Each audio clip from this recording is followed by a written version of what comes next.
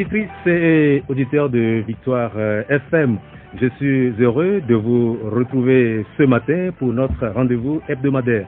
Rétro 7 se fait le plaisir d'accueillir ce jour le président national de l'Alliance nationale pour le changement NC et maire de Golfe 4, Jean-Pierre Fabre.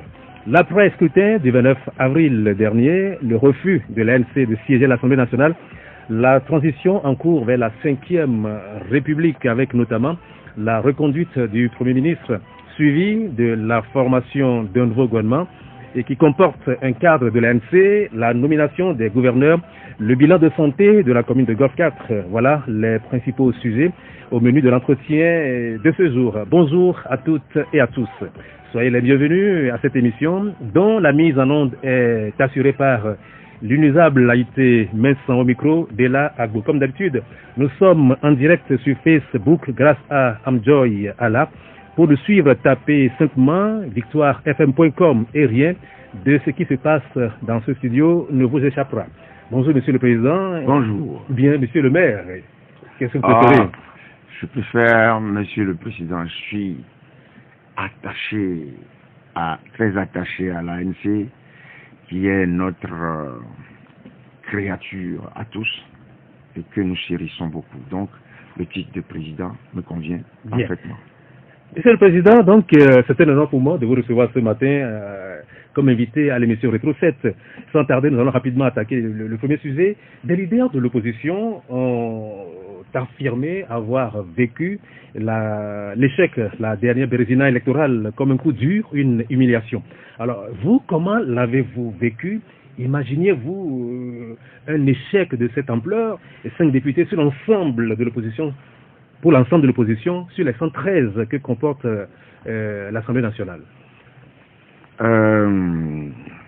Question difficile, mais pas si difficile que ça. Oui. Quand on est impliqué totalement dans la participation à des élections, quand on a suivi du début jusqu'à la fin tout le processus, d'abord, on ne parle pas d'échec, parce que ça n'était pas des élections. Les conditions de préparation de ces élections, on n'a jamais vu ça au Togo. Vous avez un recensement électoral frauduleux, je pèse mes mots, frauduleux, vous avez vécu ça. On a arrêté le recensement dans les zones prétendues favorables à l'opposition. Lomé, on a arrêté le recensement. Et puis, sur des prétextes farfelus, le motif est, parce qu'ils ont eu un motif, que le recensement a atteint un seuil qu'il ne fallait pas dépasser. La loi dit ceci. On recense le Togolais âgé de plus de 18 ans. C'est tout. Il est Togolais, il a plus de 18 ans. On ne dit pas, la loi ne dit pas que si on atteint un seuil quelque part ou un quota. La loi ne dit pas ça. Un Togolais se présente, il est Togolais, il a plus de 18 ans, donc il a la majorité électorale et vous le recensez. Donc, violation de la loi. Et j'ai calculé, dans les autres zones, j'ai pris les résultats. Et tous alors que le résultat du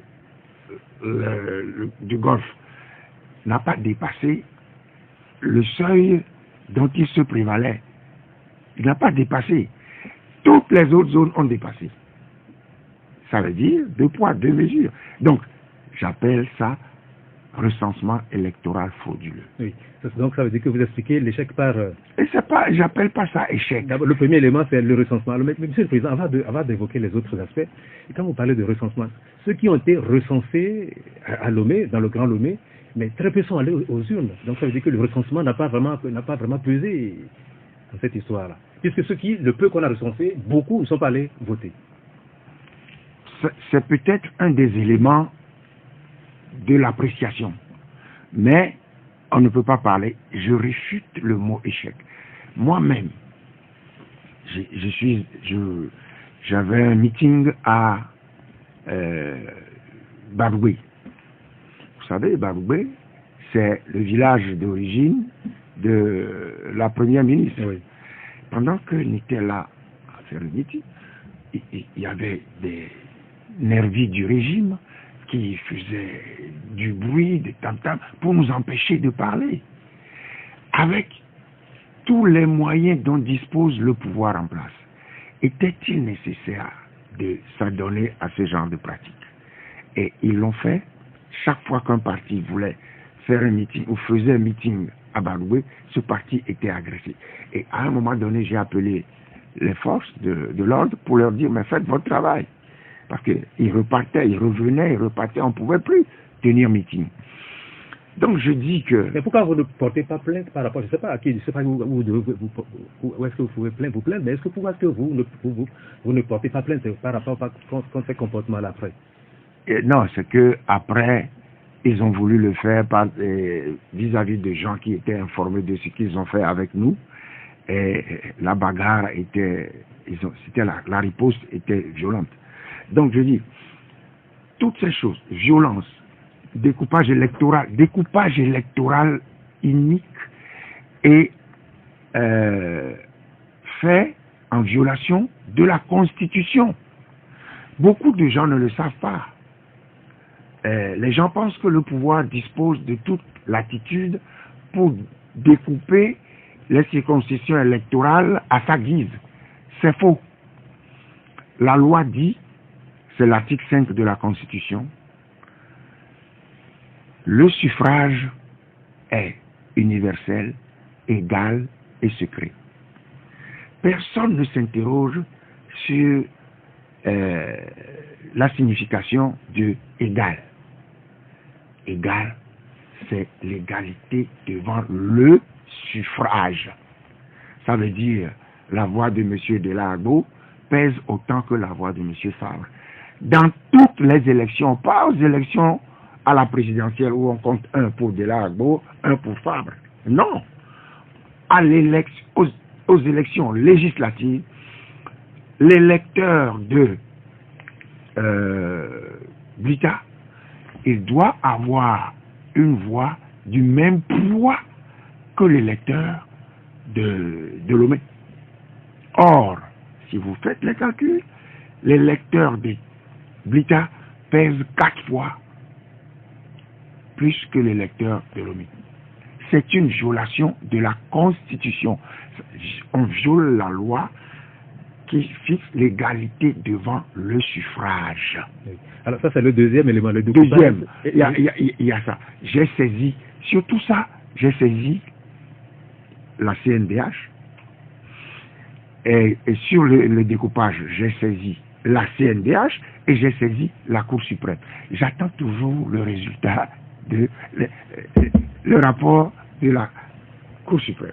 Donc, si vous voulez, vous avez les intimidations, l'utilisation des moyens de l'État, la violence. Nous avons tous vu le proviseur du lycée de, je crois que c'est Cara, en train de frauder. C'était sur les réseaux sociaux. Mais ces choses, alors, on parle d'échec de l'opposition qui affronte une situation dans ces conditions-là. Moi, je crois que non.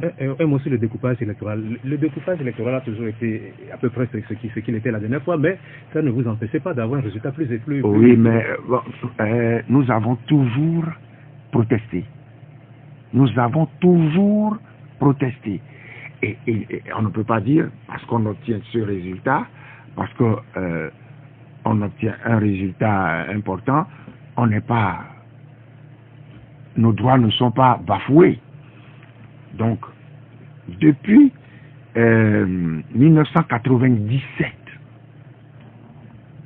nous protestons contre le découpage après un rapport de l'Union européenne qui précise, qui relève, qui révèle que les électeurs du sud du Togo sont lésés par rapport à ce qu'ils appellent les électeurs du nord. Ce n'est pas nous qui avons écrit ça. C'est un rapport de l'Union européenne. Et les auteurs sont Daniel Strux et Alain Thirier. C'est un politologue allemand et un magistrat français.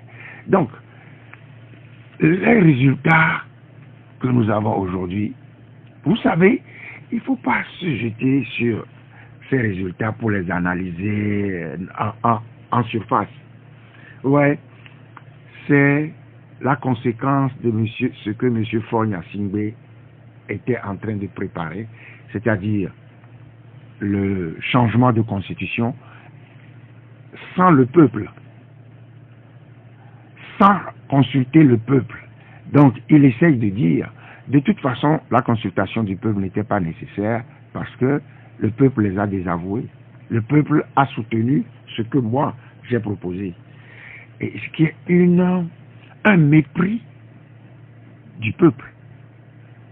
Et là, nous avons, il n'y a pas... Oui, monsieur le Président.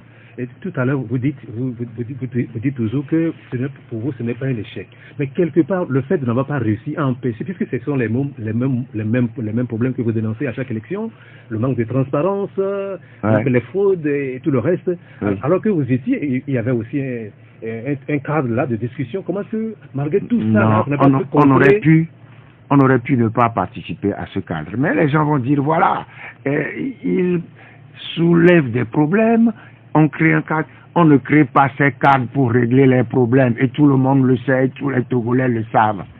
Ce qui se faisait là-bas, c'était du cinéma. On y allait. Tout ce qu'on relevait était rejeté. Tout. On avait un représentant. Et nous sommes un parti politique sérieux. Et on préparait ces réunions. Mais tout était rejeté. Donc, c'est pas... Ça s'appelait quoi? Je sais même plus comment, CNAP, oui, voilà, CNAP, et après, ça s'est transformé en quoi, CPC, non, vous savez, ça fait partie des problèmes du Togo, et tout le monde le sait. La solution à ces problèmes, c'est une mobilisation, et nous avons obtenu ces mobilisations en 2017, en 2016, 2017, 2018. Sauf que quand on avait ces mobilisations, on n'a pas exploité parce que l'opposition togolaise n'a pas exploité la mobilisation. Justement, je voudrais vous demander, l'opposition togolaise n'a-t-elle rien à se reprocher dans les résultats que vous venez d'avoir?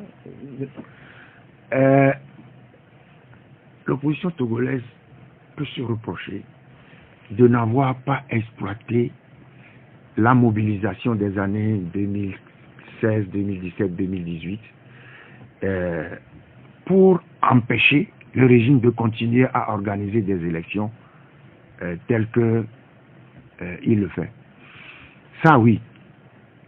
Toutes les mobilisations étaient destinées à cela. Malheureusement, on peut en parler. Mais vous savez, moi, je ne veux pas... il va falloir qu'on s'asseye pour en discuter. Mais ce n'est pas très difficile de savoir. C'est qu'on n'a pas profité de la mobilisation populaire. On a dilapidé la mobilisation populaire. Quand on l'avait, pour des raisons farfelues, pour des choses... ceux qui empêchaient la mobilisation, ils sont connus. Mais quand ils disent des choses, le peuple les applaudit. Et si vous vous mettez à dénoncer ceux qui sont applaudis, vous savez ce qui va vous arriver. Donc, ce sont des choses... il faut que nous sachions que, et je signe, nous avons dilapidé la mobilisation populaire. Et vous peinez aujourd'hui à remobiliser les Togolais. Oui. Au moment où les gens étaient... On dit, oh, il ne faut pas... On dit, cessez de mobiliser. Laissez-nous... Cessez de mobiliser. Laissez-nous faire le maillage du territoire. Vous avez appris ça? Non. Vous avez... Ah oui. Un parti qui dit, il faut qu'on le laisse faire le maillage du territoire. Il faut arrêter la mobilisation. Oui. Et c'est connu. Bien, Monsieur le Président, on va avancer. Alors, vous êtes le seul élu de l'Alliance nationale pour le changement à l'issue des dernières législatives et vous avez refusé de siéger.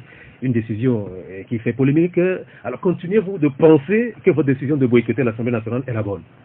Non, d'abord, je ne comprends pas pourquoi ça fait polémique. Mais les gens ne comprennent pas. Vous êtes battu, vous avez fait campagne et tout, et puis vous êtes finalement... Oui, non. C'est simple. C'est une position de résistance. C'est pas, on ne peut pas aller à des élections et puis refuser de siéger. C'est une décision importante. Mais c'est une décision du parti qui ne s'est pas précipité pour prendre une décision comme ça. Non, c'est des débats et des débats.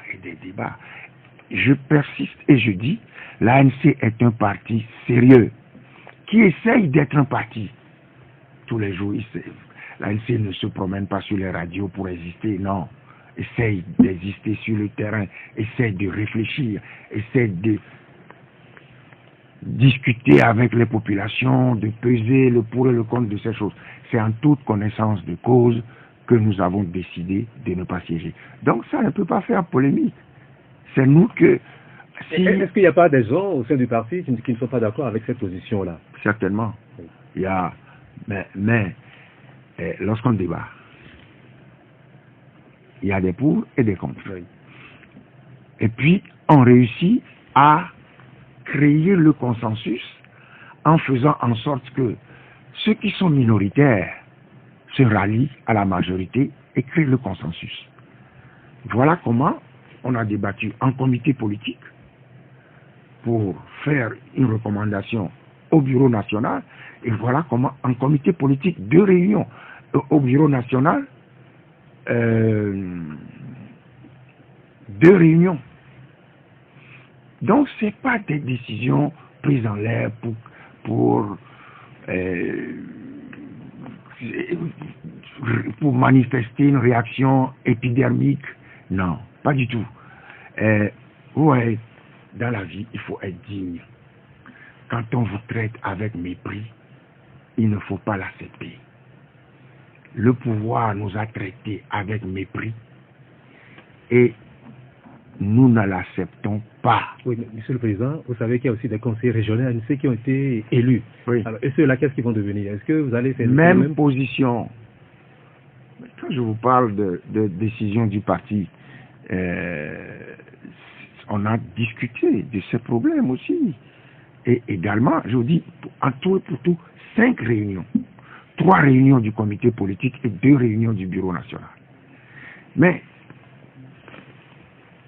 ceux qui sont minoritaires, ils se sont ralliés à la majorité pour créer le consensus. Est-ce que vous savez quand même, j'imagine que vous savez que cela, en tout cas c'est l'impression qu'on a, que ça ne fait ni chaud ni froid au pouvoir, et que ça ne les empêche pas d'avancer, de faire ce qui voilà, c'est ce qui... Ça, c'est ce que vous pensez. Mais moi, je pense que non. Quand j'entends un des porte-paroles habituels du pouvoir qui raconte souvent n'importe quoi et qu'on laisse parler à tort et à travers, il dit que Fabre a refusé d'aller siéger et que c'était un non-sens. Je lui dis, en quoi ça le concerne? Il est mon adversaire politique. À la limite même, je le considère pas comme adversaire, mais eux nous considèrent comme ennemis politiques vu la manière dont ils nous traitent. Donc, de quoi se mêle-t-il? Ça veut dire que ça leur fait mal. Donc, ça ne leur fait ni chaud ni froid, je ne crois pas. Alors, Monsieur le Président, la nouvelle Constitution est en vigueur depuis le 6 mai dernier. Et bon, votre refus de siéger, tout ça là, c'est aussi une façon de protéger. Je vais ajouter quelque chose. Oui. Au début, les gens disaient il faut y aller pour aller écouter ce qui se passe là-bas. Écoutez ce qui se passe là-bas. Bon, ceux qui sont là-bas, ils écoutent, non? On dit ça nous fait une belle jambe, ils écoutent. Ça nous rapporte quoi? Rien. Et je vais même vous dire, Mais c'est sans doute une tribune pour quand même exprimer le point de vue. Voilà. Oui, mais écoutez, nous, on n'était pas à l'Assemblée. D'accord? Oui. Ça fait 6 ans qu'on n'était pas à l'Assemblée. Depuis 2018 jusqu'à... On n'est pas à l'Assemblée. Mais nous qui ne sommes pas à l'Assemblée, nous savons ce qui se passe à l'Assemblée mieux que ceux qui y sont. La preuve, c'est quoi? La preuve, c'est les documents de la Constitution, les textes de la Constitution qui étaient étudiés en catimini à l'Assemblée nationale en commission des lois. C'est nous qui avions ces tests. La majorité des députés n'avaient pas le test. Oui. Donc, il y a des gens parmi eux qui nous font confiance. Des gens parmi eux. Oui. Donc, quand on dit vous ne saurez pas ce qui se passe là-bas, je crois que c'est une vue de l'esprit. Alors, Monsieur le Président, dites-moi maintenant, qu'est-ce qui fonde votre contestation de la nouvelle loi fondamentale? Moi, je suis un homme qui aime être respecté. Je respecte beaucoup les autres. J'aime qu'on me respecte. C'est mon droit. Je suis togolais. Le cheminement pour adopter une constitution, vous savez très bien que ça n'a pas été suivi. C'est très simple. Plusieurs articles de la Constitution ont été violés. Le plus grave, le plus flagrant, c'est que l'Assemblée nationale, son mandat a expiré. Je ne dis pas, comme certains, que l'Assemblée nationale était en fin de mandat, parce que c'est impropre. Dire en fin de mandat, ça peut dire 2 mois avant la fin, ou 3 mois avant la fin. Non. Quelques jours avant la fin. Oui, ou quelques jours avant la fin. Non, le mandat a expiré. Il ne peut pas faire ça. Il ne peut pas. Mais ils disent que la loi dit qu'il reste en place jusqu'à la... Il peut expédier les affaires courantes, comme on dit, mais pas voter des lois ni un changement de constitution. Non.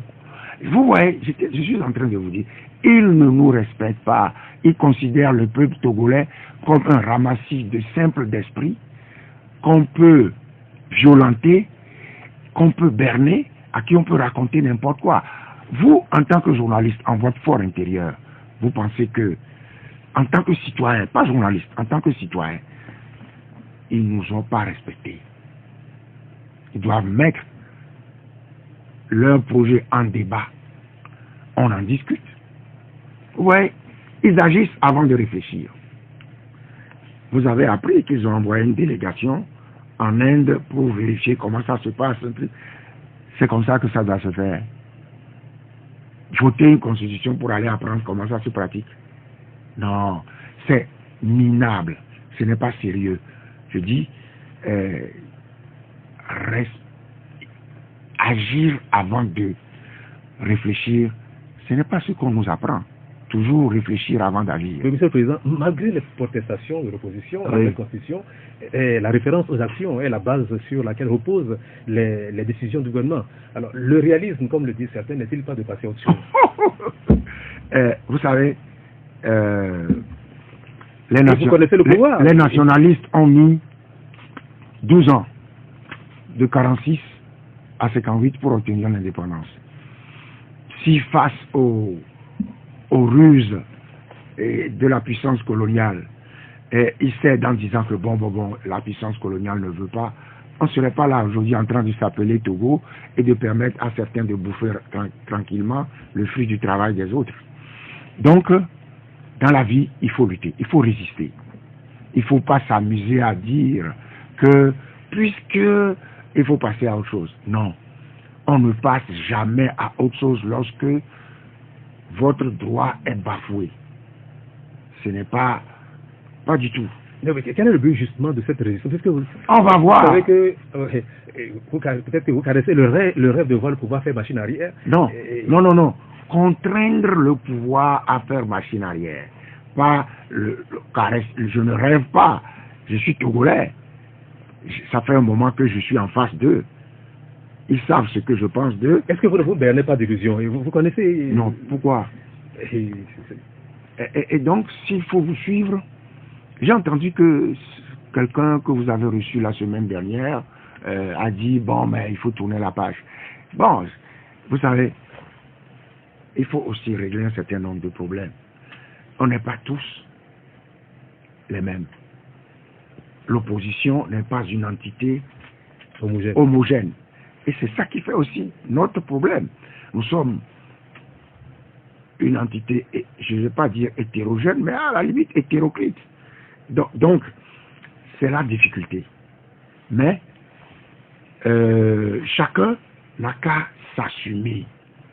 Je ne suis pas du même parti que celui qui a dit ça sur votre plateau, ou vos antennes la dernière fois. Non, pas du tout. Donc, nous ne sommes pas les mêmes. Alors, moi, je propose maintenant l'ANC pour sortir de l'impasse, pour concilier les deux positions, celle du pouvoir et la vôtre. Un nouveau cadre de discussion. Non. J'ai entendu dire hier, il y a un nouveau front de la société civile qui s'est constitué et qui demande un 27e dialogue. Alors, qu'est-ce que vous proposez? Un nouveau front? Oui, c'est une association là qui c'est hier que j'avais l'information. Bon. Je ne sais pas si c'est pas encore confirmé. Mais confirmé. vous ne savez pas sur quoi ça peut aboutir.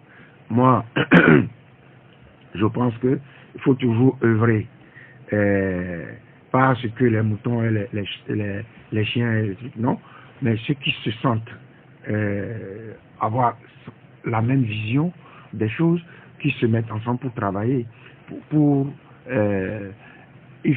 Je n'ai jamais pensé que la lutte de libération du Togo des griffes d'une dictature militaire clanique à façade civile, je n'ai jamais pensé que c'était une course de 100 mètres. Non, c'est pour ça, il ne faut pas me dire que je me berce d'illusions. Je sais que c'est dur. Mais je sais aussi que la résistance paye. Et nous ne sommes pas là, vous savez, peut-être, je ne veux pas croire ça, mais peut-être je ne verrai pas ça de mon vivant. C'est pas grave, je lutte. Dieu seul sait ce qui se passera demain matin. Ouais. Venons maintenant à la transmission en cours dans le pays. Plusieurs semaines après avoir rendu sa démission, Madame le Premier ministre a été reconduite à son poste le 1er août dernier. Qu'en avez-vous pensé? J'ai regardé ça.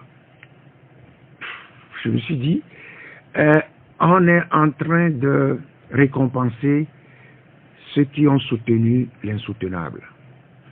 Ceux qui, dans cette affaire-là, ont fait fi de leur dignité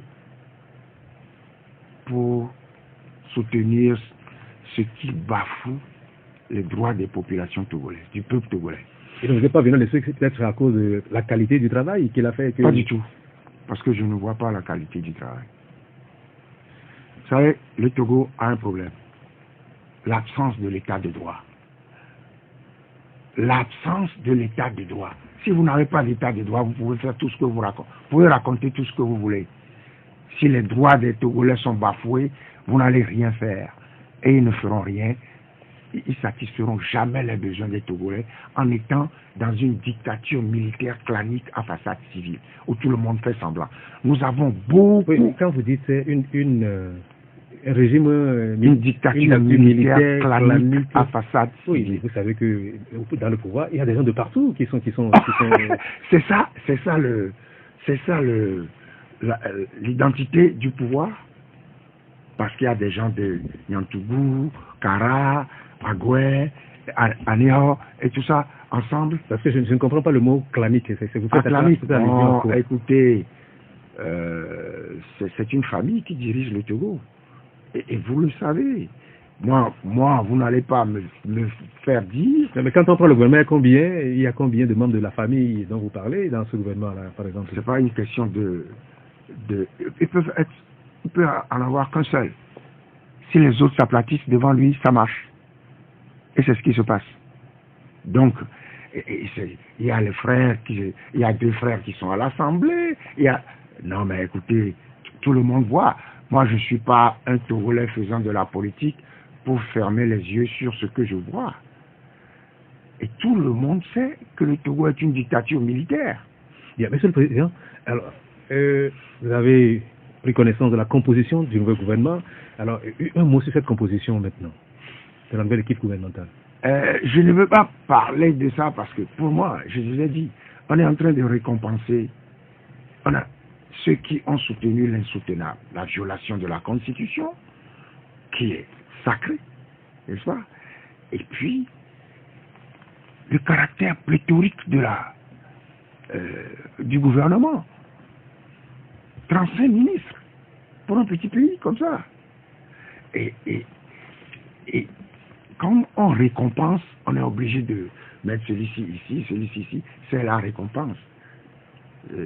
Donc, ce que j'en pense, récompense de gens qui ont soutenu des choses insoutenables. Oui, mais vous ne direz pas que Kwame Goulepto Gomado aussi a soutenu la nouvelle constitution. Mais alors, il a fait son entrée. Est-ce que nous sommes sous l'empire de la nouvelle constitution promulguée le 6 mai? Oui. Oui ou non? Oui. Parce que la constitution est en vigueur, est d'application immédiate. Oh, oui. Donc, une fois promulguée, c'était depuis le 6 août, oui. Le 6 mai dernier, pardon. Bon, on va aussi parler de quelque chose. C'est la constitution est en vigueur et puis on dit que on va vers la 5e République. On est en transition vers la 5e République. C'est très farfelu. Ça veut dire on n'a pas réfléchi aux conséquences de ce qu'on faisait et puis après pour se rattraper, on prétend qu'on est en transition vers. Qu'est-ce qui nous empêchait de prendre le temps pour faire tout ce qu'il faut normalement pour n'être pas obligé de prétendre qu'on est en transition vers la 5e République alors que la Constitution est d'application immédiate. Vous voyez, on ne trompe. Je suis sûr que M. Faure Gnassingbé sait qu'il ne trompe pas le peuple. Et il dit ces choses-là. Aujourd'hui, vous prenez la Constitution et vous la lisez. Vous voyez des incohérences un peu partout. Mais nous sommes en train de préparer une étude de la Constitution. Nous prenons notre temps, puis on va voir. Oui. Je parlais du maire de Golfe, Golfe 1, oui. Qui est un cadre de l'ANC et qui a fait son entrepreneur. Est-ce que ça a été une surprise pour vous? Est-ce que vous attendiez une chose comme ça de la part d'une telle... Je ne veux pas mal parler de M. Gomaro. C'est un garçon, non, c'est pas un militant. Vous savez, en politique, vous avez des gens de conviction, vous les voyez, vous savez, c'est une personne de conviction. Ouais. Je vois M. Pedro, Francis Pedro là-bas, oui, c'est un garçon, un homme de conviction. M. Gomaro, c'est un cadre. Ouais. Donc lui, vous ne le considérez pas comme un homme de conviction? Je ne le considère pas comme un militant, un grand militant. Mais vous l'avez positionné pour être... voilà, vous savez, pour positionner des candidats, nous mettons beaucoup de temps. Ça ne nous empêche pas de nous tromper. On peut se tromper. Et il arrive qu'on se trompe. Mais... Est-ce que vous voulez dire que vous vous êtes trompé sur lui? Peut-être. C'est la raison pour laquelle il a trouvé son chemin. Et il a... Mais quelle explication vous avez à cette défection-là? Quelle explication vous avez? L'explication? Oui. Je vais vous la dire très facilement. Le régime RPT tente par tous les moyens, RPT unir, tente par tous les moyens. Tout le monde sait qu'il n'y a plus RPT, c'est Unir qui est là. Non, vous savez très bien que c'est... S'ils ont senti le besoin de transformer le RPT en Unir, ça veut dire qu'ils savaient ce que le RPT avait fait de très grave dans le pays et qu'il n'était pas bon de continuer à porter ce nom. C'est pour ça qu'ils ont changé. Mais c'est la même philosophie, c'est la même dictature, etc. Bon, donc, M. Gomaro, il est parti. Le RPT tentant à chaque constitution de gouvernement d'affaiblir l'ANC a tenté un coup Je ne pense pas qu'ils ont pêché du gros poisson. Je ne veux pas appeler ça du menu feuilletin, mais je ne pense pas qu'ils ont attrapé du gros poisson. Ils ont cherché, ils cherchent par tous les moyens. Je ne veux pas vous citer les noms depuis longtemps. Je ne veux pas vous citer, vous donner des noms. Ils sont très ambitieux dans leur recherche de déstabiliser l'ANC. Mais si après tout ça, ce n'est que Gomaro qu'ils ont pu pêcher, ben, peut-être que nous sommes à féliciter. Est-ce que la lassitude peut-être de végéter dans l'opposition, des divergences sur la ligne, les orientations du parti? Non, il n'y a pas de divergence sur l'orientation. Quand l'orientation est prise à la majorité et que la minorité se rallie à la majorité pour constituer le consensus, où est la divergence? Donc il n'y a pas de divergence. Maintenant, nous sommes dans une lutte. Nous ne sommes pas dans un pays démocratique où on commet des erreurs qui font qu'on n'accède pas au pouvoir. Nous sommes en face d'une armée. C'est ça qu'il faut dire. Il ne faut pas se cacher ça. Quand on dit, on a l'impression que on est comme au Bénin ou au Ghana. Non. C'est différent, c'est totalement différent. Vous avez une armée qui est au pouvoir, et puis il y a des gens qui lui confèrent la façade civile en participant au gouvernement. Donc, si Gomaro estime, vous avez parlé de végéter dans l'opposition, ben, excusez-moi, hein, nous avons, Gomaro, les élections municipales ont eu lieu depuis 5 ans, bientôt 6 ans. Vous savez combien de fois M. Gomaro est venu aux réunions du Bureau national? Peut-être 3 fois, peut-être 4 fois. Alors, Monsieur le Président, cette défection est présentée par des gens comme une preuve que vous êtes de connivence, enfin, présentée comme une preuve que vous êtes de connivence avec le parti au pouvoir. Comment on peut, il est exclu, M. Gomaro est exclu. Il est exclu du parti par décision prise, je ne sais plus, c'est jeudi, le Bureau national a validé une proposition du comité politique. Donc, réunion, Gomaro exclu. Alors, nous allons l'exclure parce que nous sommes de connivence et nous excluons Gomaro qui nous représenterait au gouvernement.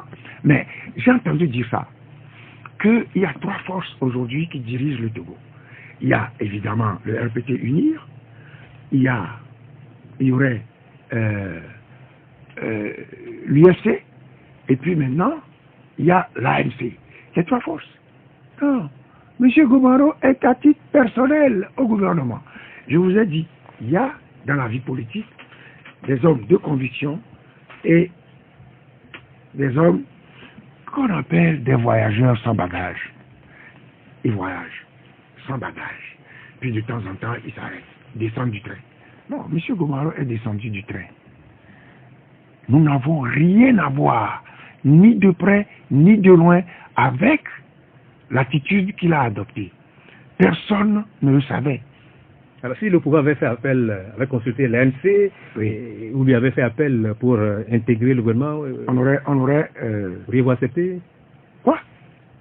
Non, on aurait décliné poliment l'offre.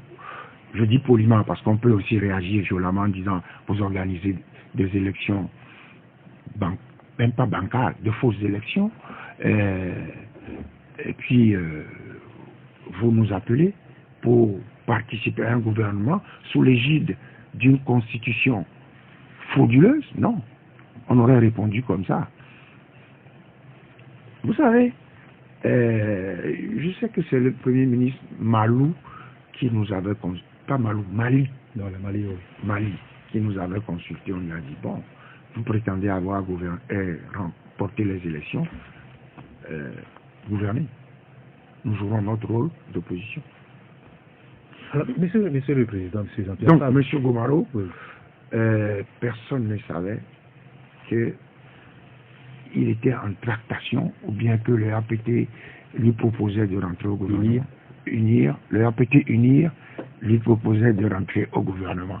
Alors, à votre avis, quelles sont les conséquences que ce débauchage, considéré comme un coup de maître réalisé par le pouvoir, pourrait-il avoir, selon vous, donc, sur votre parti et sur l'ensemble de l'opposition? Sur l'ANC? Oui, l'ANC, puis l'ensemble, ou alors, et sur l'ensemble, et plus généralement sur l'ensemble de l'opposition. Non, la conséquence, c'est que peut-être le RPT UNIR est en train de réduire le nombre des voyageurs sans bagages, s'il y en a, dans l'ANC. Et que l'ANC garde pour le combat les zones de conviction. C'est tout. Maintenant, les conséquences négatives, non, surtout positives. Maintenant, sur le reste de l'opposition, je ne sais pas, hein, il faut les interroger. Je ne voudrais pas répondre à leur place. Ouais. Alors, qu'est-ce que vous comptez mettre en place pour contrer cette stratégie de débauchage de vos militants par le parti au pouvoir? Mais vous parlez comme si c'est quelque chose de nouveau. Vous vous souvenez des élections de 1994? Il y avait les députés Tchénion du CAR, les députés Agouda Moumouni de l'UTD, etc. Donc, le RPT UNIR s'adresse, c'est le système. Vous voyez pourquoi on les appelle RPT UNIR? En fait, c'est un système, c'est pas un parti, hein. C'est un système RPT UNIR. Le système RPT UNIR ne cessera jamais de tenter de déboucher. Pensant affaiblir, s'il tombait sur du gros poisson, peut-être. Mais jusqu'à présent, je crois qu'ils insistent. Mais pour le moment, ils tombent sur du menu fruitin. Donc, ça ne nous gêne pas. Et vous savez, partout ailleurs, ceux qui font défection, ils sont sanctionnés et ils sont exclus. Donc, nous avons fait la même chose. Mais je pense, comme au Togo, on est un peu bizarre, on va commencer à dire, ils ont exclu Goumaro. Non, nous ne voulons pas donner le sentiment aux populations que nous cautionnons ce qui s'est passé sur la Constitution, etc. Donc, M. Goumaro, on lui souhaite bon vent. Maintenant, que pouvons-nous faire pour que nos membres sachent que la lutte politique est ardue et que ceux qui sont à l'ANC seront toujours en but à des propositions alléchantes. Ouais. Pourquoi? Parce que le pouvoir RPT UNIR, le système, pense que nous faisons la lutte politique pour nos ambitions personnelles. Non, c'est les ambitions du peuple. Nous voulons un changement au Togo, que le peuple togolais soit un peuple épanoui, qu'il ait le minimum, et que le Togo soit un état de droit, où on ne peut pas mettre les gens en prison à tort et à travers. Vous savez combien de détenus politiques il y a aujourd'hui au Togo? Toutes ces choses, c'est pour ça que nous faisons la lutte politique. Nous ne luttons pas pour nos satisfactions personnelles. Bien, Monsieur le Président, les promesses auraient été aussi faites à des conseillers régionaux ANC pour les inciter à siéger, quelle que soit la ligne du parti. Pourriez-vous confirmer ces rumeurs et puis êtes-vous sûr de la loyauté de vos conseillers régionaux? Vous savez, samedi dernier, peut-être à pareil moment, on avait organisé une rencontre avec la jeunesse et les femmes de l'ANC. Et je disais que Dieu seul sait. Nous qui sommes ici là, Dieu seul sait si nous sommes des gens de conviction ou s'il y a des gens qui luttent pour leur satisfaction personnelle. Donc, que des gens, des conseils régionaux, soient approchés, je pense que ça peut être vrai, soient approchés pour siéger. Tout à l'heure, vous avez dit que ça ne leur fait ni chaud ni froid. Et pourquoi ils approcheraient les gens pour siéger si ça ne leur fait ni chaud ni froid? Non, ça leur fait toujours quelque chose. Donc, je ne peux pas dire que des gens ne sont pas approchés. Mais je dis qu'il y a eu des débats. Hein. Vous savez, nous essayons d'être un parti normal tous les jours. Il ne serait pas dit que moi je vais diriger un parti et je vais le diriger de manière dictatoriale, etc., imposant mon point de vue. Non. Débat, y compris en présence de ceux qui pensent qu'il faut siéger. Le bureau, le comité politique et ces gens. Puis on a eu des débats. Donc, s'il y en a, on verra bien. Mais s'il y en a, après décision du bureau national, s'ils décident de passer outre, parce que les décisions sont déjà prises, ils subiront le même sort que M. Gomaro. Ils seront exclus. Bien, Monsieur le Président, vous avez certainement pris connaissance de la déclaration de politique générale du gouvernement et qui a reçu l'onction de l'Assemblée nationale. Alors, j'imagine que vous l'avez sans doute parcouru. Quel est votre avis sur le programme du gouvernement? Je connais cet exercice. N'oubliez pas que j'ai été à l'Assemblée nationale. Ça s'appelle une récitation sur un catalogue de vœux pieux.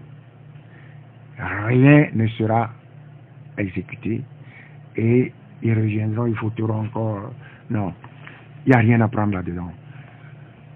Ils feront toujours les mêmes choses s'ils font tout pour que les institutions au Togo, qui sont chargées d'être des contre-pouvoirs, si les institutions ne marchent pas, si le Togo n'est pas un état de droit, c'est enfin qu'ils prétendront voter une déclaration de politique générale sous les applaudissements. Non, écoutez, nous sommes quand même des Togolais, ça fait un moment que nous voyons comment notre pays se comporte et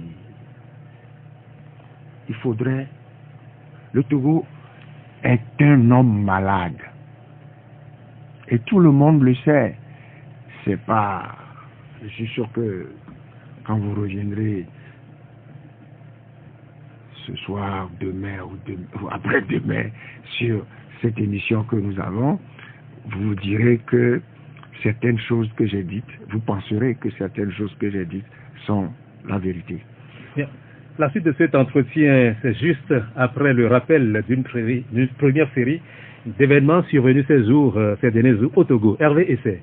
Le mouvement patriotique pour la démocratie et le développement MPDD de feu Agbéome Kodjo décide d'abandonner sa posture dite radicale depuis la présidentielle de 2020 et serait prêt à collaborer avec tous les acteurs politiques et de la société civile sans exclusive. C'est du moins ce que l'on peut retenir d'une conférence de presse tenue lundi au siège du parti par ses nouveaux responsables conduits par le président intérimaire Jonas Komlan-Siliade. Nous voulons rassurer tout le monde que le MPDD se porte bien. Il n'y a pas de problème au sein du MPDD et surtout dire à l'endroit de tous nos militants, sympathisants et amis que le parti est en ordre de marche. Nous continuons la préparation du congrès. Le MPDD est un parti républicain, modéré, qui travaille avec toutes les forces politiques en présence pour peu que cette collaboration soit dans l'intérêt du peuple togolais et permette l'ancrage de la démocratie dans un cadre républicain. Cette nouvelle ligne politique du MPDD sera sans doute confirmée à l'occasion du prochain congrès du parti qui devrait se tenir avant la fin du mois d'octobre 2024. Les conférenciers ont saisi l'opportunité de cette rencontre avec la presse pour aborder aussi la question de la disparition de l'un de leurs cadres, Paul Missia-Beto, ancien conseiller spécial du défunt président Agbéome Kodjo. Il y a une personne qui a démissionné et cette personne a expliqué pourquoi elle a démissionné. Nous en avons pris acte,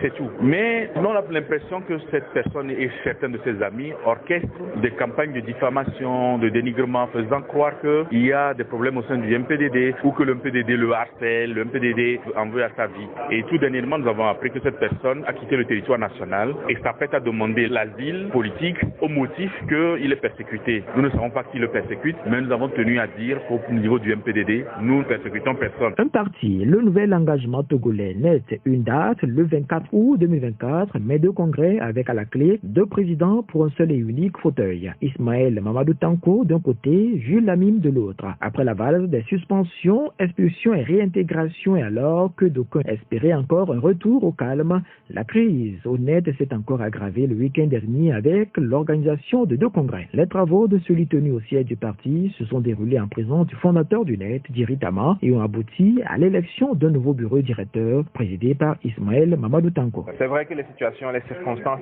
sont complexes, mais oui, on dirige effectivement le net, le seul nouvel engagement togolais que les Togolais connaissent. Et j'invite vivement nos collègues qui se sont entre-temps un peu égarés à nous rejoindre parce que les portes sont toujours ouvertes. Les sentiers, je dirais qu'aujourd'hui, c'est de retrouver et de regagner la confiance d'une partie de la population togolaise, ensuite de renforcer nos structures organisationnelles et puis enfin d'aller vers notre vision qui est de conquérir le pouvoir. De leur côté, les délégués ayant participé aux travaux du second congrès, dont les travaux ont eu lieu à la FOPADESC, à Guanivé, ont confié les rênes du même parti à Jules Lamim, qui assurait jusque-là les fonctions de président intérimaire du net depuis la démission de Djiri Tama. Ce congrès devait être organisé depuis 2022, mais pour certaines raisons internes au parti, on n'a pas pu l'organiser jusqu'à ce que l'ancien président a démissionné, ce qui a laissé un vide. Donc il a fallu que rapidement on aille à un congrès pour pouvoir réunir les enfants du parti.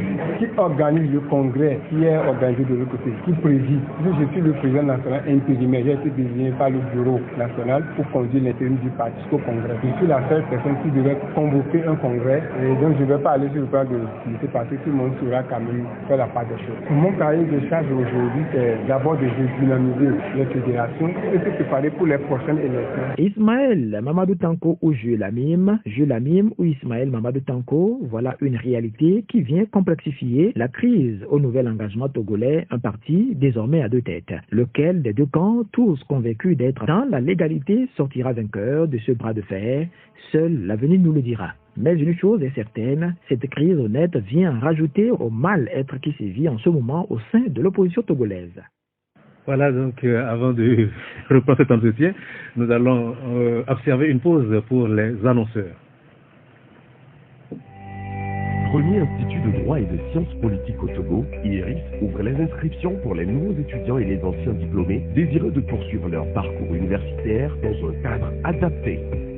Orienté vers les métiers de prestige, IRIS offre des formations en licence et master avec des professeurs de renom dans les filières telles que droit, sciences politiques, gouvernance locale, sciences économiques et de gestion, relations internationales. Visitez-nous à Agoué, Carrefour Bleu, derrière le CEG Agoué ou sur le www.iris.com. Contactez-nous au plus 228 97 68 23 48 90 30 60 92. IRIS, au cœur des défis de l'avenir. Complexe scolaire Saint-Michel-Améval, une institution d'enseignement et d'éducation. Avec une équipe dirigeante dynamique, le complexe scolaire Saint-Michel-Améval dispense des cours dans des filières suivantes. Cours primaire, du jardin d'enfants au CM2, le collège de la 6e en 3e.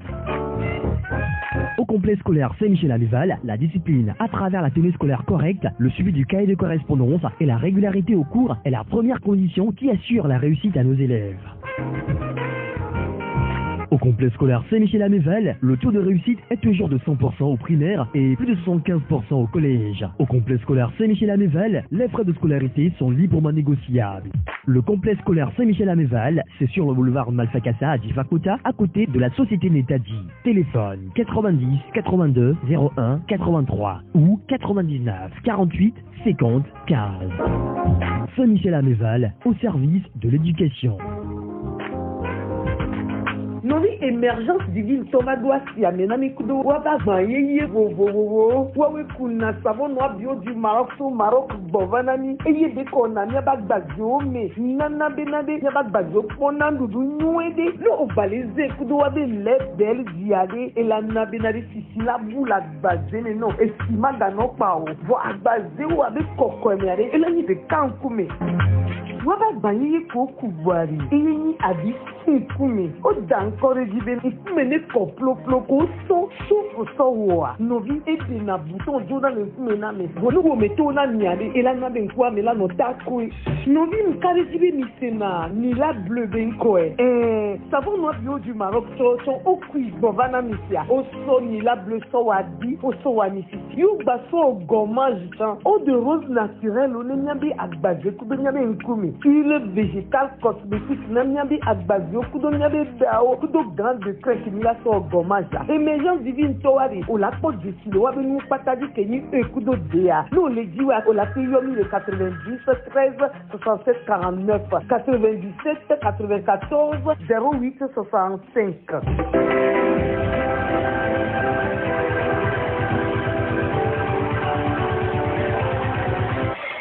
Au studio pour la suite de cet entretien. Je rappelle pour ceux qui viennent de nous rejoindre que l'invité de Retro7 ce samedi est le président national de l'Alliance nationale pour le changement, ANC, et maire de Golfe 4, M. Jean-Pierre Fabre. Alors, Monsieur le Président, tout à l'heure, on a évoqué le MPDD qui annonce un congrès, le MPDD qui a été qui dit revenir sur ses fondamentaux, et puis le net, on nous a aussi parlé du net, le spectacle auquel le net s'est livré le week-end passé, avec 2 congrès et au bout 2 présidents élus. Alors, qu'est-ce que vous pensez de tout ça là? Tout ça là, on parle de l'opposition, à laquelle vous appartenez vous aussi. Non, je crois que il faut faire la part des choses. Il faut discerner. Vous savez, c'est très gentil, on dit de l'opposition, de l'opposition, de l'opposition. Il faut ne pas juger les gens sur ce qu'ils disent, mais il faut les juger sur ce qu'ils font. Parce que si on veut les juger sur ce qu'ils disent, on ne va pas s'en sortir. Vous savez, le statut de l'opposition permet d'être dans l'opposition et d'être au gouvernement. Donc, tout ça, c'est quelque chose de créé par le système RPT Unir pour semer la confusion. Donc, moi, je ne regarde pas trop ce que font les partis politiques, les autres partis. Je leur souhaite de travailler. S'ils veulent être au pouvoir, au gouvernement, qu'ils fassent ce qu'ils veulent. S'ils veulent de l'opposition, qu'ils soient de l'opposition, mais qu'ils ne soient pas des alliés du pouvoir en prétendant être dans l'opposition. C'est tout ce que moi j'ai à dire.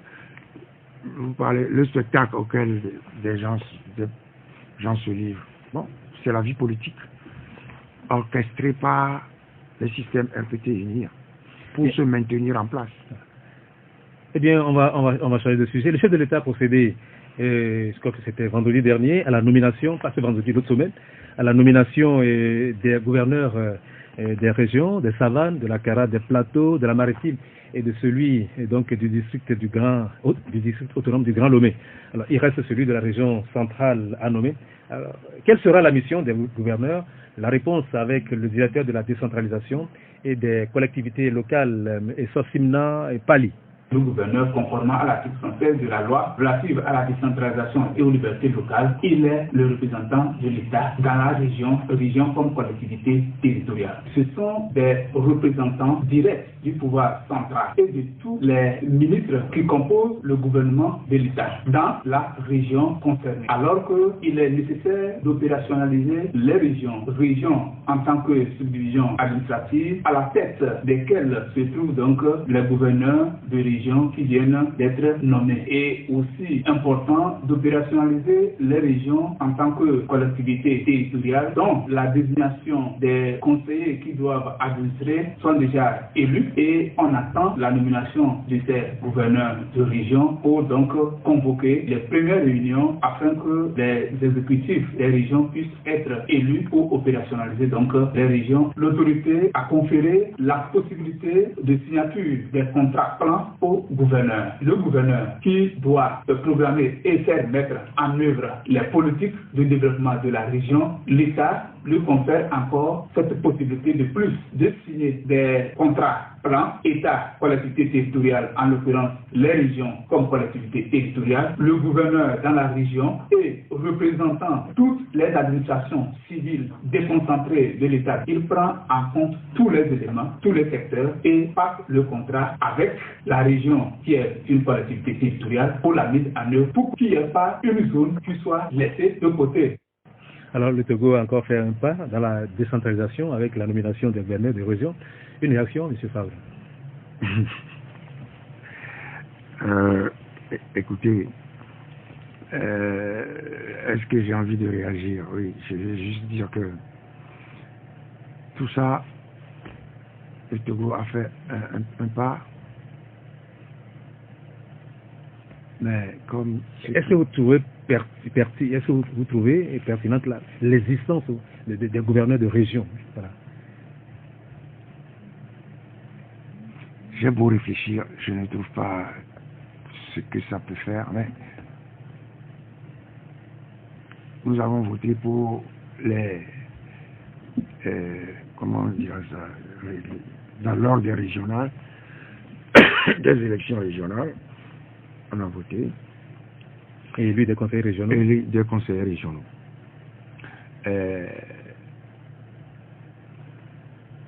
Quand je vois ce que l'on fait en ce qui concerne les conseils municipaux, ouais, quand nous parlons d'existence de l'état de droit. On a la loi. Mais le tout n'est pas d'avoir des lois, de créer, de nommer des gouverneurs et tout ça. Un, est-ce qu'on les laissera travailler? Deux, est-ce que l'État va respecter la loi en ce qui concerne le fonctionnement même de ces entités? Vous savez, moi, à mon petit niveau de maire, je crois en 2022, nous avons pris une délibération portant adressage, conformément à la loi. Nous avons changé les appellations de certaines rues, conformément à la loi. Quelques jours après, ou même le lendemain, le ministre de l'administration territoriale sort une note pour prétendre annuler une délibération d'un conseil municipal. Quand on a dit, mais vous ne pouvez pas. Vous ne pouvez pas parce que la loi ne vous autorise pas à le faire. Si vous voulez, vous n'êtes pas d'accord avec la délibération du conseil municipal du Golfe 4, vous saisissez le juge administratif, qui seul est compétent. C'est ce que dit la loi. Et ils n'ont pas fait. D'ailleurs, nous nous apprêtons ces jours-ci à mettre les plaques de signalisation et on va voir ce qu'ils vont faire. Donc, toutes ces choses. Alors, si vous mettiez les plaques et qu'ils les enlevaient, qu'est-ce que vous allez faire? Mais tout le monde verra qu'ils ne respectent pas la loi. C'est aussi simple que ça. Vous pensez que, vous voyez, vous êtes... Tout à l'heure, vous disiez, mais ça va servir à quoi? Est-ce que ça va servir à montrer que ces gens-là, ils nous perdent du temps. Ils ne veulent pas respecter la loi, mais ils prétendent faire la démocratie. Vous voyez? Donc, on attend qu'ils les enlèvent. Et on va voir comment ils vont les enlever. S'ils vont battre les gens qui les posent, etc. On va voir. Donc, tout ça, je reviens toujours à mon affaire, c'est une question d'état de droit. Maintenant, oui. Qu'est-ce que je pense des nominations des gouverneurs? Vous savez, nous sommes dans une situation où le nord du pays, Pepakandi, est en situation de guerre. Il y a des dispositifs militaires. Quand vous voulez aller dans le nord, je crois que c'est au niveau de Kanté, vous êtes arrêté, vous pouvez passer la nuit là-bas, on va vous donner l'autorisation de monter. C'est arrivé à plusieurs de nos délégations qu'on envoyait en mission, en tournée. Et donc, si le Nord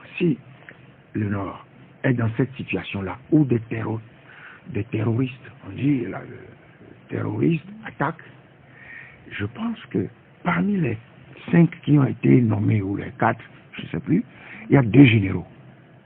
Pourquoi on n'a pas positionné un général là-bas pour organiser le dispositif militaire de la zone? Lui, il est général. C'est son affaire.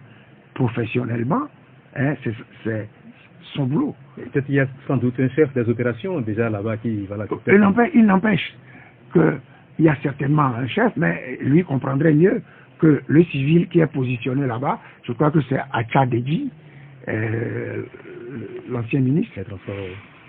Donc, je m'interroge sur ce qu'on recherche, l'efficacité de ces nominations. Voilà. Alors, nous allons saisir donc le prétexte de la nomination des gouverneurs pour dire un mot de la commune de Golfe 4 que vous dirigez depuis 4 ans. Alors, un chantier... 5 ans, même plus. 5 ans, un peu plus de 5 ans maintenant. Ouais. Ok, alors un chantier qui aurait pour ambition de donner une nouvelle image à la commune de Golfe 4 est inscrit en bonne place dans votre agenda. Vous en avez parlé avec les médias il y a quelques semaines. Voudrez-vous bien revenir un peu sur ce chantier pour nos auditeurs? En quoi consiste-t-il et quels sont les résultats attendus? Le résultat attendu, c'est améliorer les conditions de vie des populations. Oui. Vous ne pouvez pas disposer de petits moyens sans penser à améliorer les conditions de vie des gens, des résidents. Et donc, nous avons essayé, depuis que nous sommes là, de régler les problèmes d'infrastructure, de régler les problèmes. Vous savez, le minimum basique, c'est quoi? C'est les latrines, dans les latrines publiques, c'est l'assainissement, régler les problèmes des CMS, des hôpitaux. Vous savez, nous avons construit une maternité. Donc, nous avons essayé d'améliorer les conditions de vie des populations. Mais vous savez, si vous avez de l'argent, vous ne pouvez pas l'utiliser sans plan. Donc vous avez d'abord, vous passez par un budget. À la fin de l'année, vous établissez un budget. Et puis, pour l'exécution de ce budget, vous passez par ce qu'on appelle le compte administratif pour voir si vos opérations de tous les jours sont conformes à ce qui est prévu au budget. Ensuite, vous avez le compte de gestion qui est présenté par le trésorier. Ensuite, vous passez au budget supplémentaire vers juin, juillet de l'année. Vous voyez ici les besoins que vous avez, que vous avez identifiés et pour lesquels vous avez établi le budget. Si ces besoins-là ont changé, s'il y a d'autres nouveaux besoins, ou si certains ont été considérés à tort, donc vous procédez à un collectif budgétaire, vous remodelez le budget, et après, la phase suivante, c'est ce que nous appelons le PPMP, le plan de passation des marchés publics. Et c'est ça que j'ai eu à exposer à vos collègues il y a 2 semaines. Donc, c'est de ça qu'on a discuté. Il y a 3 semaines. Et donc, nous avons ce qu'on a, le PPM. Le PPM, il récapitule les projets que vous soumettez à validation et que vous allez réaliser. Et pour cette année, les projets qui concernent la santé publique, c'est-à-dire construction de blocs de maternité, les projets sociaux, les projets concernant l'éducation, l'assainissement, les infrastructures. Nous avons un PPM, le plan de passation des marchés, que nous avons présenté donc à vos collègues, travaux fournitures, services non consultants, qui s'élève à 4 milliards 170 millions. Et voilà, qui concerne donc tout ce que je viens de dire là, l'éducation, le social, la santé publique, les infrastructures, les travaux, extension du réseau d'éclairage public, très important pour réduire l'insécurité dans les quartiers. Entretien et maintenance des feux tricolores, réhabilitation d'infrastructures marchandes, par exemple. Le marché de Hankopé a subi des incendies et donc nous sommes en train de refaire les hangars, etc. Construction de latrines publiques parce que ça n'est pas suffisant.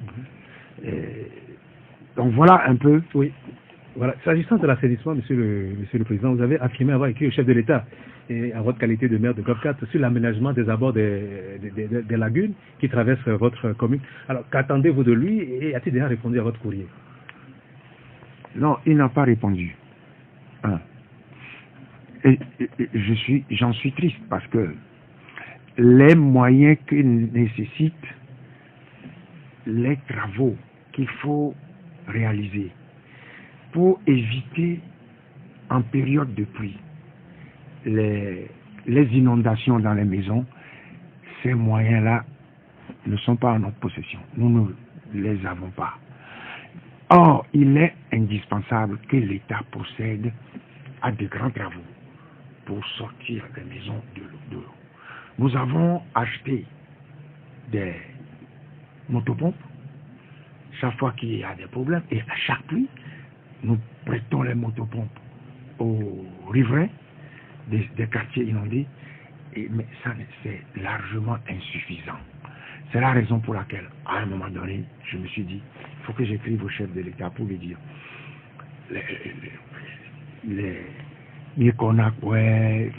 c'est même tout le Togo.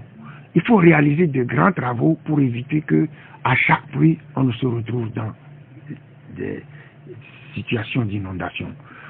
Donc, moi, je pensais qu'il était de mon devoir de lui écrire en tant que maire pour dire nous pensons que nos moyens ne suffisent pas pour régler ces problèmes. Nous sommes disposés à en discuter avec vous. Vous avez les moyens. Il faut que ces moyens soient affectés au règlement de ce problème. Je viens pas. Donc j'attends toujours la réponse. Alors vous avez affirmé aussi que votre plan repose sur 3 piliers fondamentaux, à savoir la transparence, l'efficacité et l'intégrité. Est-ce parce que vous êtes accusé de commettre des fraudes ou des magouilles dans les prestations de marché que vous mettez aujourd'hui, ces critères en avant, et peut-être pour vous donner le change? Non. Je dis simplement, j'ai appris. Je dis, ce que j'entends, c'est une manœuvre sordide qui vise à salir des gens pour les faire détester par l'opinion. C'est de la mesquinerie et c'est une malveillance inqualifiable. C'est indécent. Je pense que il s'agit d'éliminer par la calomnie les rivaux politiques de personnes que l'on soutient. Et toutes les personnes qui, tout en se proclamant avec rage pas de l'opposition, mais en dénonçant les errements du système en place, essayent ou tentent régulièrement d'affaiblir, de discréditer ou de nuire à l'ANC, affaiblissent la lutte de libération du peuple togolais des griffes du système qui l'opprime. Donc, ces gens-là deviennent ipso facto, ou sont, même pas deviennent, sont ipso facto des alliés, sinon naturels, du moins objectifs, du RPT UNIR. Alors, je vais même aller un peu plus loin. La personne dont vous parlez,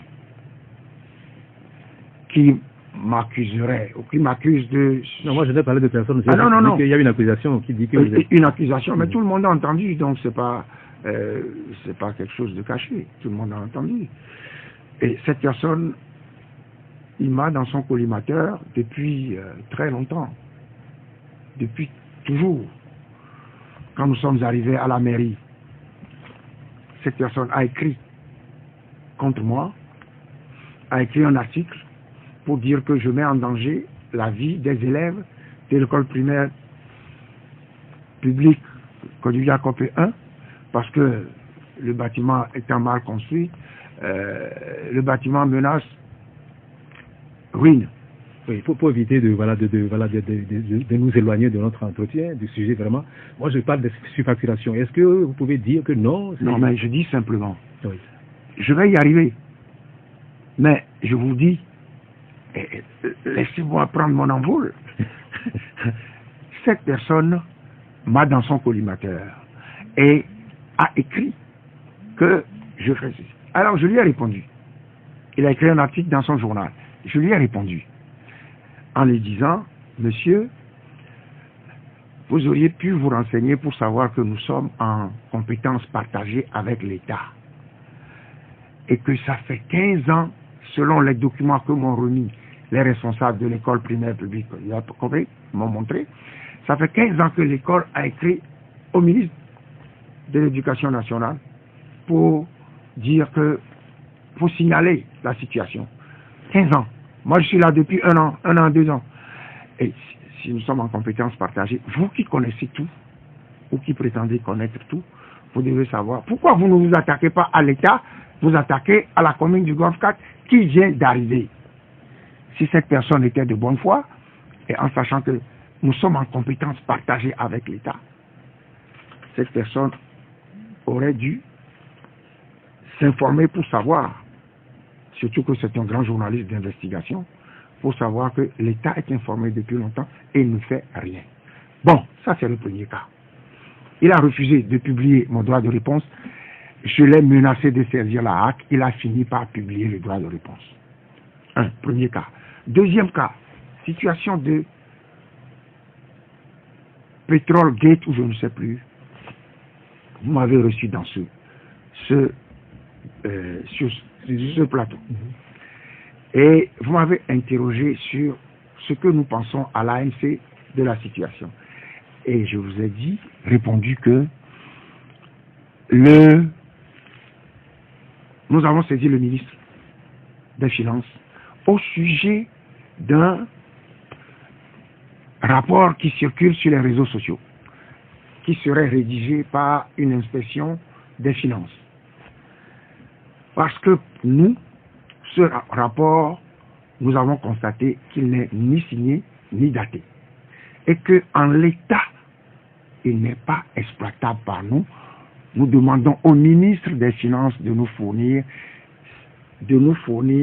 une copie authentifiée de ce document. Et je l'ai dit ici. Et d'ailleurs, je vous ai apporté copie de la lettre qu'on a adressée au ministre et le rapport pour que vous puissiez voir que le rapport dont il était question sur les réseaux sociaux, ce rapport n'est ni daté ni signé. Voilà, à votre disposition.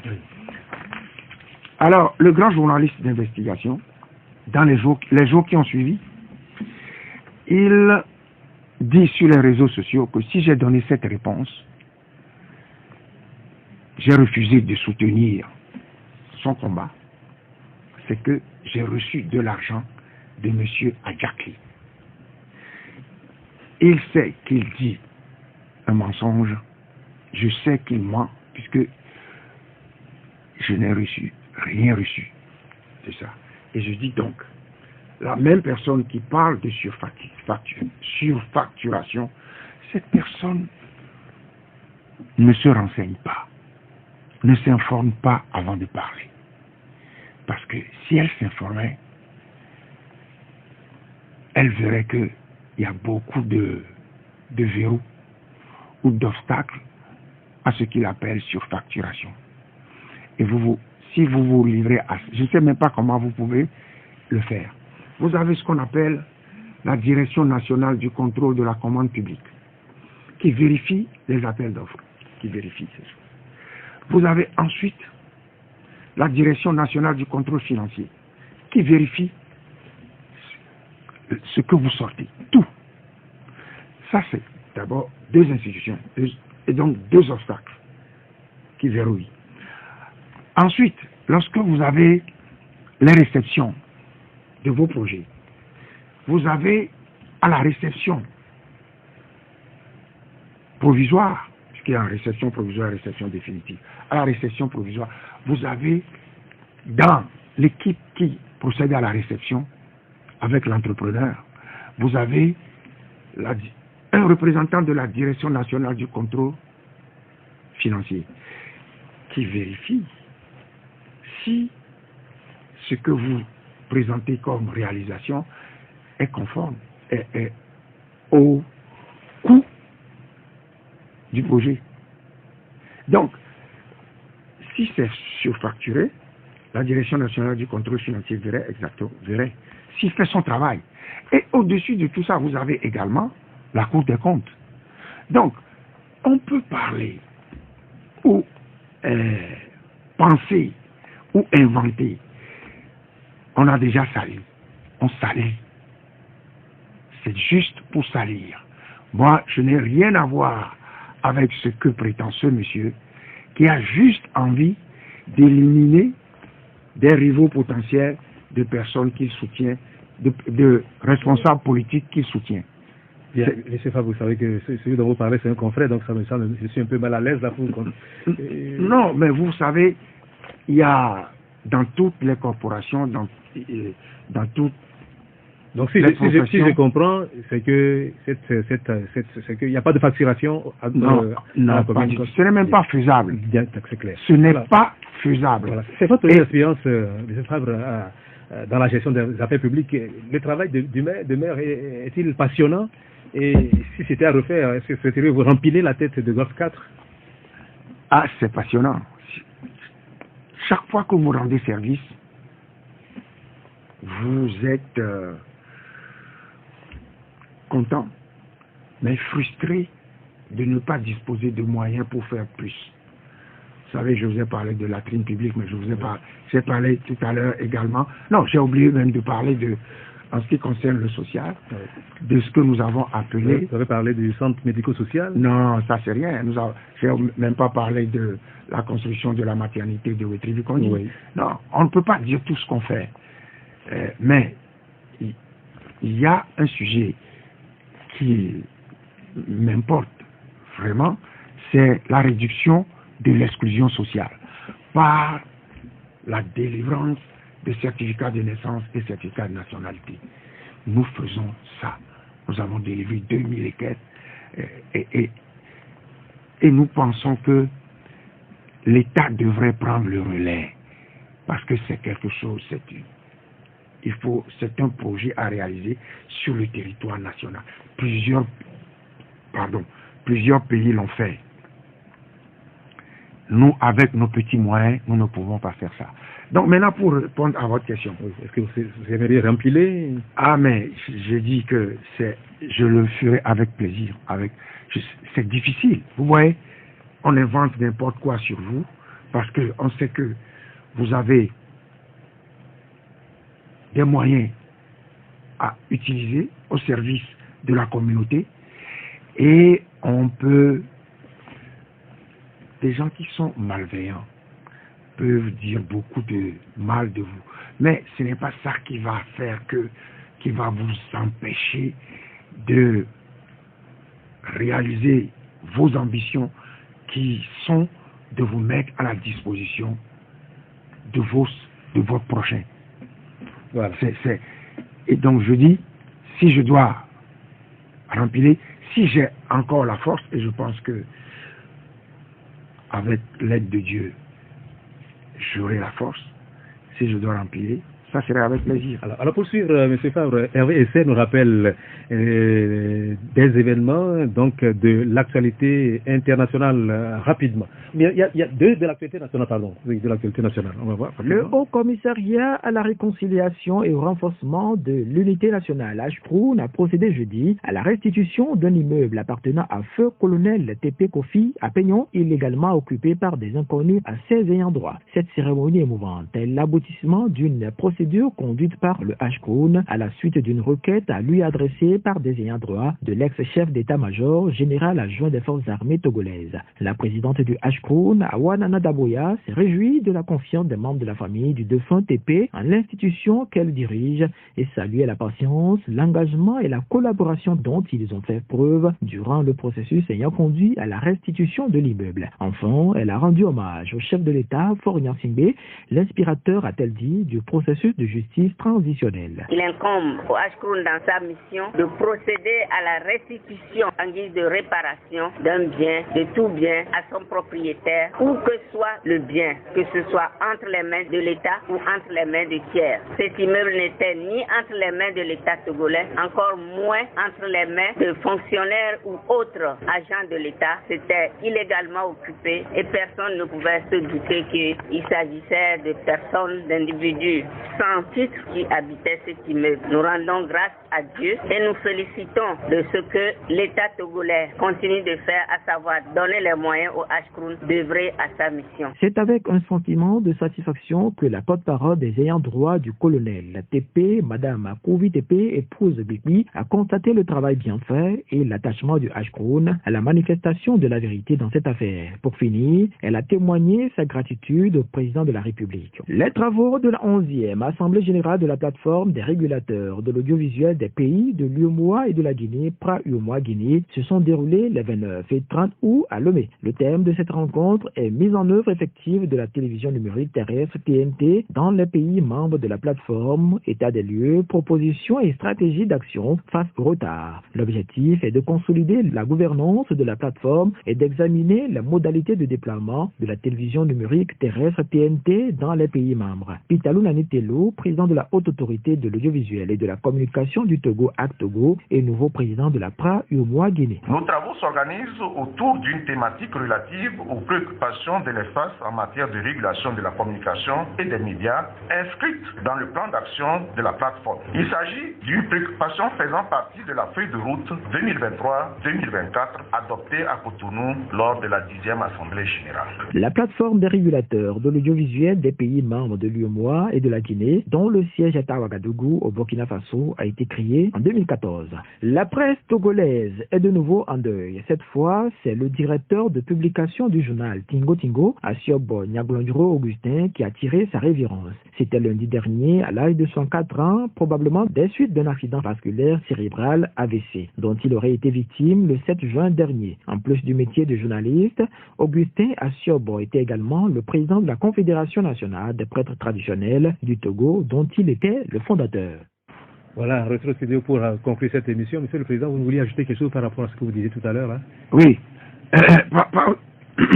au sujet de surfacturation, oui. Mais au sujet de un point de l'actualité nationale oui. qui porte sur la poursuite de personnes à qui l'on reproche une tentative de déstabilisation du Togo, contre qui on a lancé le mandat d'arrêt. Je crois que ça, je l'avais pas programmé. Oui, vous ne l'avez pas programmé, mais il est important qu'on en parle. Oui.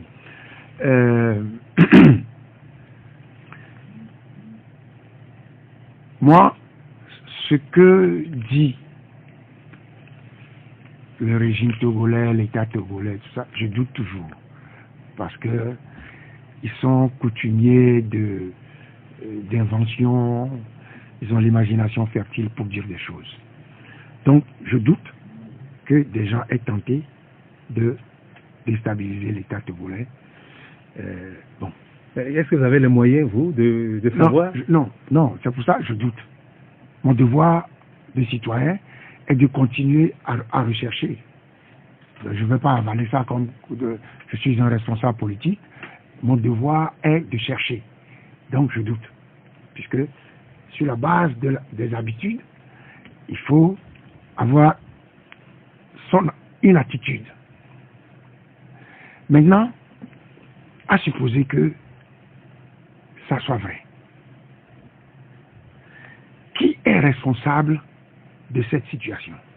Si des gens tentent de déstabiliser, c'est-à-dire de prendre le pouvoir par la force, c'est l'État togolais, c'est le régime togolais qui encourage en empêchant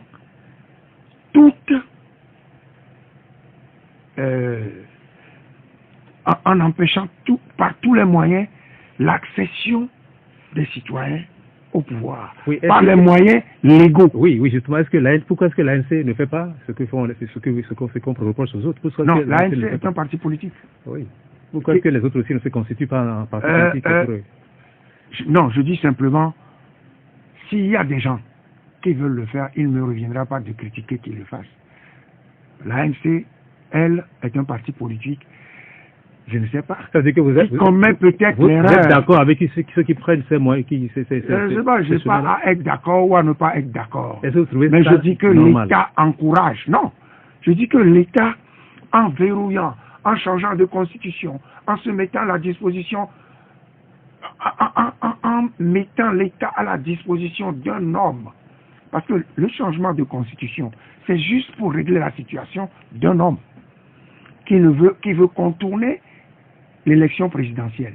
Donc, on fait tout pour qu'il n'y ait plus d'élection présidentielle, pour que cette personne dirige le pays ad vitam aeternam. Non, s'il vous plaît. Oui, on a déjà dépassé de 5 minutes et c'est voilà le temps. À partir du moment où l'État empêche les gens d'accéder au pouvoir, comment voulez-vous reprocher, vous qui empêchez les gens d'utiliser les moyens légaux pour accéder au pouvoir, de quel culot vous empêchez, vous voulez prétendre?